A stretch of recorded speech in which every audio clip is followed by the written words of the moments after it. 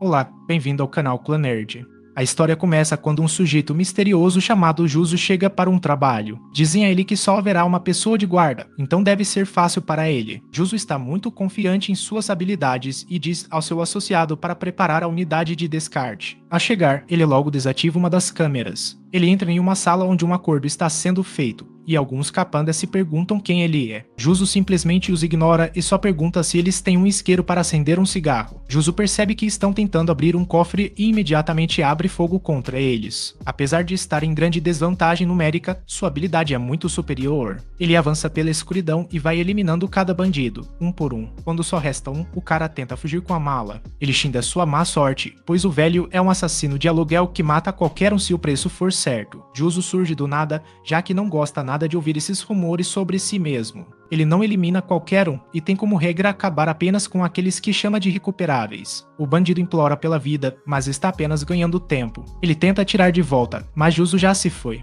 Ele acaba aparecendo atrás do bandido e o soca, arremessando para outra sala. Depois, o associado de Juso, chamado Katatsu, diz que ele mandou muito bem. Havia 25 bandidos, e ele destruiu a todos. Juso, porém, está irritado, porque Katatsu havia dito que haveria apenas um guarda. Katatsu ressalta que isso não importou no final das contas, já que Juso é um assassino de aluguel lendário. Juso não gosta do comentário e manda Katatsu nunca mais chamá-lo assim. Katatsu consegue abrir a maleta e revela que tem um ninho de vespas dentro. Eles vão comer algo, e Katatsu fica pasmo com a quantidade de alho que o assassino está comendo. De manhã, Juso entra no prédio dele e assusta um garotinho qualquer. Ele só consegue pedir desculpas, pois nunca soube lidar com crianças. Ele costumava ter uma família e se pergunta se as coisas teriam sido diferentes se fosse melhor com crianças. Trabalho é tudo o que lhe resta, por isso nunca conseguiu se conectar com seu próprio filho. Jess e Kotatsu aparecem porque precisam usar o banheiro de Juso. Vemos um inseto rastejando pelo casaco de Juso e ele começa a segui-lo. O inseto pica, e Juso fica chocado ao perceber que é uma vespa. Ele nunca viu uma assim antes, e a picada lhe causa uma dor imensa. A situação só piora, com Juso mal conseguindo respirar. A dor é excruciante até que ele perde a consciência. Algum tempo depois, Juso acorda e vê uma garota chamada Ari observando-o. Ele está no laboratório dela e ela deseja que ele responda algumas perguntas. Ela quer saber seu nome completo e sua afiliação. Seu nome é Juso e ele diz que faz parte dos assassinos indicados chamados Zou. Quanto a Ari, ela é chefe da divisão científica e também sua ex-esposa. A memória do Juso parece estar normal e seus sinais vitais estão bons. A única coisa que mudou foi sua aparência e parece ter sido causada pela vespa. Ela veio do ninho que estava na mala, mas tem mais coisa por trás dessa história. A empresa com a qual o alvo do Juso estava lidando faz pesquisas sobre manipulação genética em organismos vivos. Aquela não era uma vespa comum, e eles não sabem como ela conseguiu mudar o Juso. Ele ainda não entende do que ela está falando, então fica atordoado quando vê que agora é uma pessoa diferente. Ele se transformou numa criança e está desesperado para conseguir voltar ao normal. Infelizmente, Ari não faz ideia se isso é possível. Conhecida por sua genialidade, ela mesma admite que essa situação não é algo que possam analisar facilmente. Juso tem um surto de pânico total ao perceber que sua voz ficou aguda, sua pele está lisa e ele está muito mais baixo agora. Ari explica que não há muito o que fazer, além de ficar de olho nele. Para piorar, isso também significa que Juso terá que se afastar do trabalho. Ele diz que isso não será possível porque tem uma hipoteca, parcelas do carro e pensão alimentícia para pagar.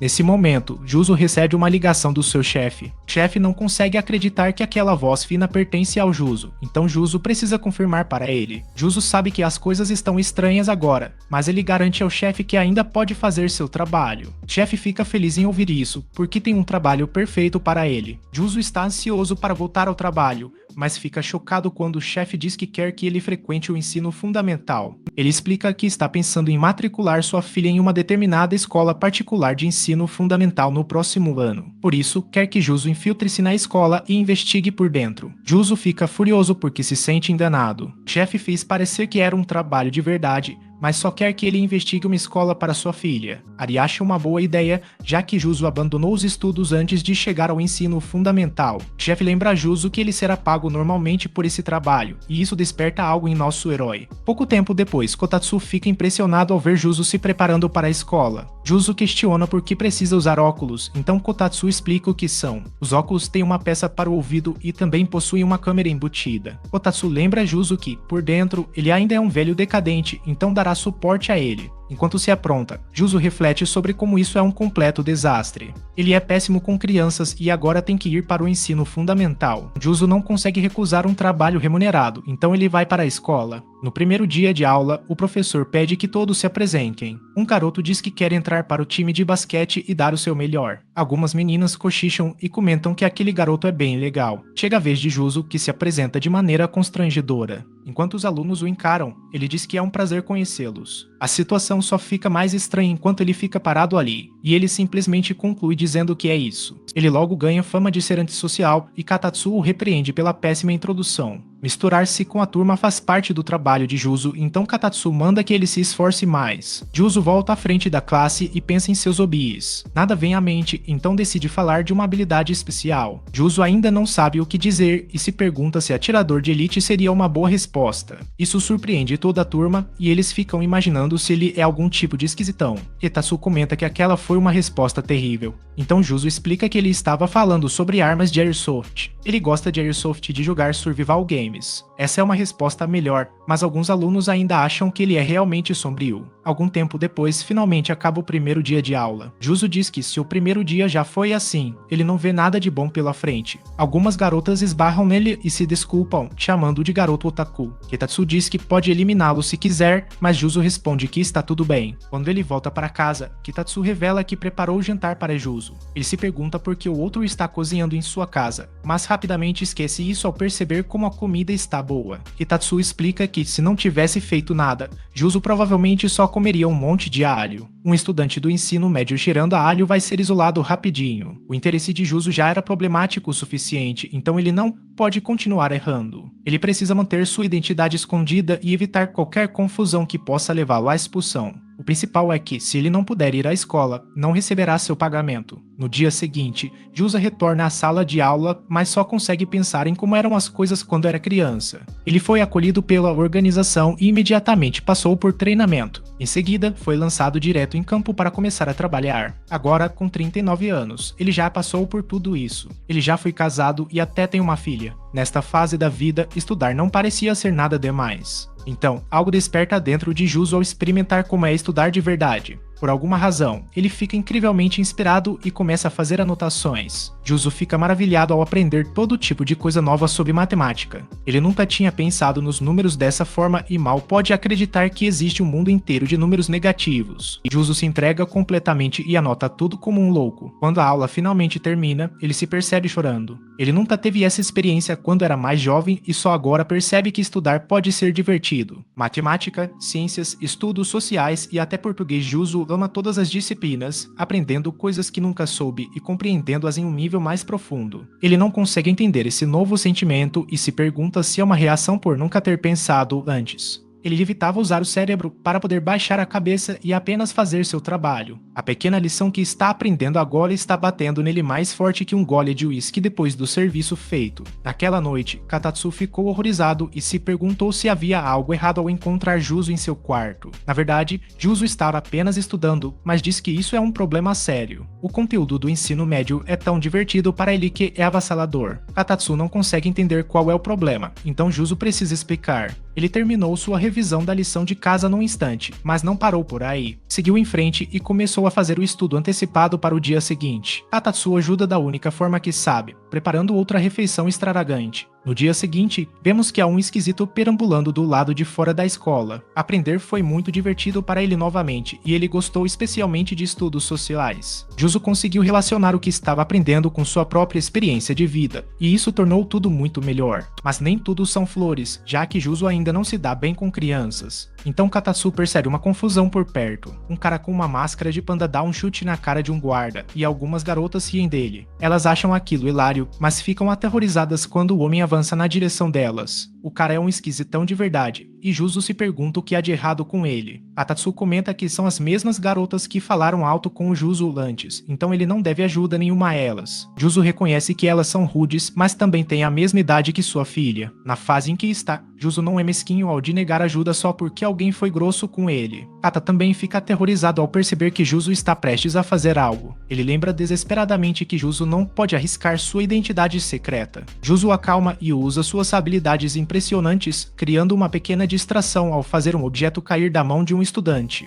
Enquanto o garoto está distraído, Juzo pega a caixa de giz dele e arremessa no tarado. Em seguida, se move com uma velocidade absurda para disparar 3 tiros. Ele acerta a caixa e cria uma gigante cortina de fumaça. Katatsu fica impressionado como sempre, mas Juzo manda ele ficar quieto um pouco. Ele manobra seu caminho pela fumaça e desfere um soco devastador no panda. Juzo ficou atordoado, no entanto, porque aquele soco era para derrubar o cara. Juzo percebe que não é porque o cara é forte, é porque ele se transformou em uma criança. O psicopata percebe que está em perigo e saca um de dinamite. Decide levar todo mundo junto, mas Juzo não se abala. Usa o livro para desviar o explosivo e avisa o cara para não fazer besteira. O sujeito acaba desmaiando e Juzo atira na bomba no ar. As garotas são salvas e percebem que foi Juzo quem as resgatou. Ele não pode ser descoberto, então nega tudo. Inventa que foi um completo estranho passando por acaso que deu uma surra no esquisitão. Juzo afirma que é apenas um estudante comum do ensino médio que veio estudar como qualquer outro. Isso soa bem estranho de se dizer, então Juzo logo se afasta. No dia seguinte, os outros alunos da sua sala decidem criar um grupo de chat. A classe toda entra, mas todos percebem que Juzo não parece ser do tipo que curte esse tipo de coisa. Juzo pensa que eles estão certos e torce para que simplesmente o ignorem. Nesse momento, as garotas de antes comentam que deveriam convidá-lo. Eles não têm certeza absoluta,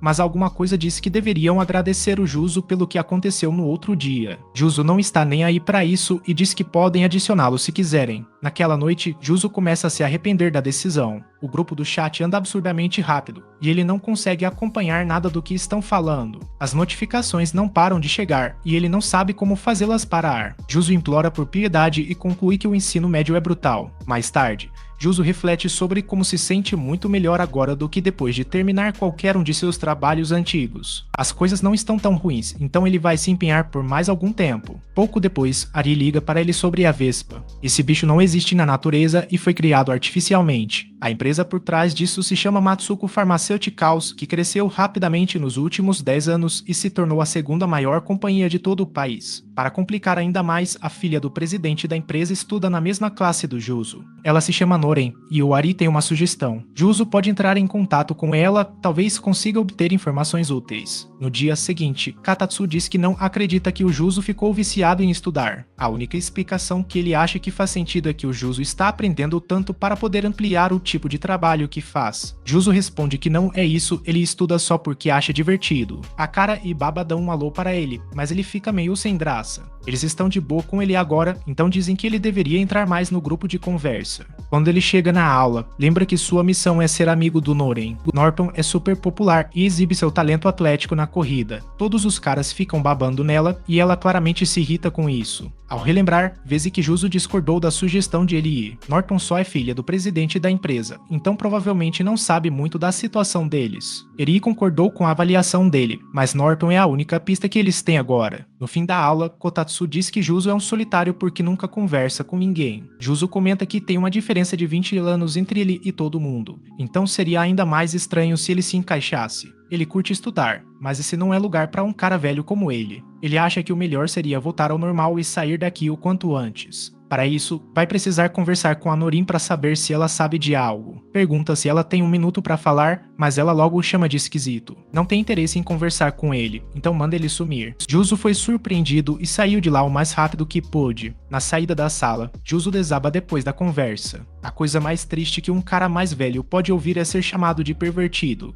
e o jeito que ela falou piorou tudo. Juzo fica totalmente envergonhado e desmaia. As outras meninas explicam que Noren realmente detesta caras. Ela manda bem nos estudos e nos esportes e os pais são muito ricos. É alta e parece uma modelo, então os caras sempre a chamam para sair. Lauren não se importa nem um pouco, então ela rejeita as pessoas de forma brutal, sem pensar. Até as meninas não ficam com ela porque é muito difícil chegar perto. Katatsu se pergunta o que Juzo vai fazer e Juzo responde que está num beco sem saída. Nenhum cara vai conseguir tirar informação dela, então ele está pronto para desistir. Nesse momento, a barriga do Juzo ronca de fome. Ele vai à loja de ramen da esquina e fica surpreso ao ver que quem o atende é a Lauren. Noren também fica horrorizada, então os dois ficam meio sem saber o que fazer e se ignoram. Ela acaba oferecendo água e pergunta o que ele vai querer. José pede ramen sem o Neg, e Noren manda o pedido pro chefe. Enquanto espera, José se pergunta o que está acontecendo, Noren é filha de um dos homens mais ricos, então não faz sentido ela trabalhar numa loja de ramen. Alunos do ensino fundamental nem podem ter emprego,